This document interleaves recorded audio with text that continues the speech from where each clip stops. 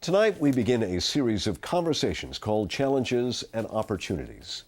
Over the next several days, we will be looking at the issues that will face President Obama on the world scene. We begin tonight by looking at one of the areas of the world closest to home, Central and South America. Joining us tonight is Shannon ONeil, a fellow for Latin American Studies at the Council on Foreign Relations here in New York. Thanks for being with us. Happy to be here. Let's talk generally. First, in Latin America, what are people hoping for, or what are they expecting from the new president? You know, Latin Americans are incredibly excited about Barack Obama becoming the president of the United States, and they really hope that the president will turn an eye again to the region and really deepen partnerships with the countries down there. Mexico, let's start there.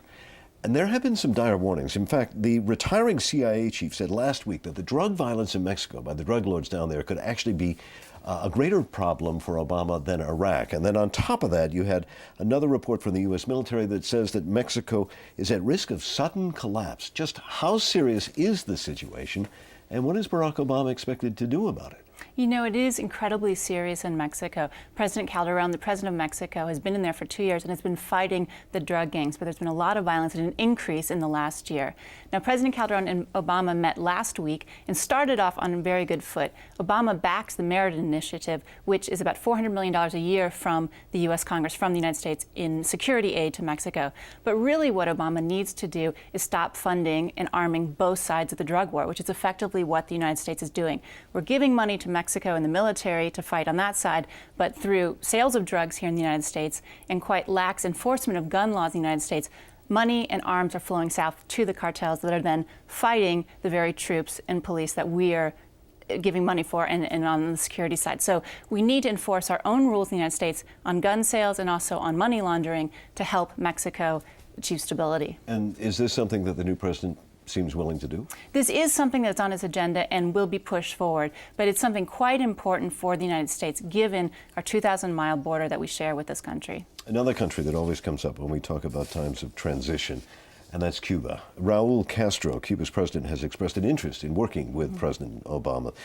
Where do we see this relationship going, and especially in the near future here? Sure. Well, Obama during the campaign said that he would relax the restrictions on family visits to Cuba, as well as money sent back to families there, remittances to Cuba. So I would expect in the next weeks or months that to be opened up fairly quickly. But this could be a first step in a real change in U.S.-Cuban relations, an opening through bilateral steps, and perhaps in the longer term, down the road in Obama's administration, perhaps an end to the embargo, working with Congress for that. But at least in the short term, we're going to see an opening for family and friends for more interchange with the island. But you see a lifting of the embargo, if that were to happen, that's way down the road. That's way down the road, and that actually has to come from Congress. It can't come from the executive branch. So it would have to be worked in concert between the Democratic Congress and the president. And finally, let's turn to Venezuela, and it would not be complete without having a discussion about President Hugo Chavez.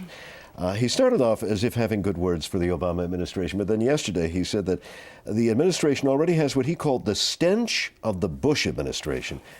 What can we expect of this relationship between these two countries? You know, Hugo Chavez has his own domestic problems, and that's where this is coming from. He has rising inflation levels, rising crime levels, shortages of some basic goods, and with the fall in the price of oil, he has much less money to lead the programs that he's been doing both domestically and internationally.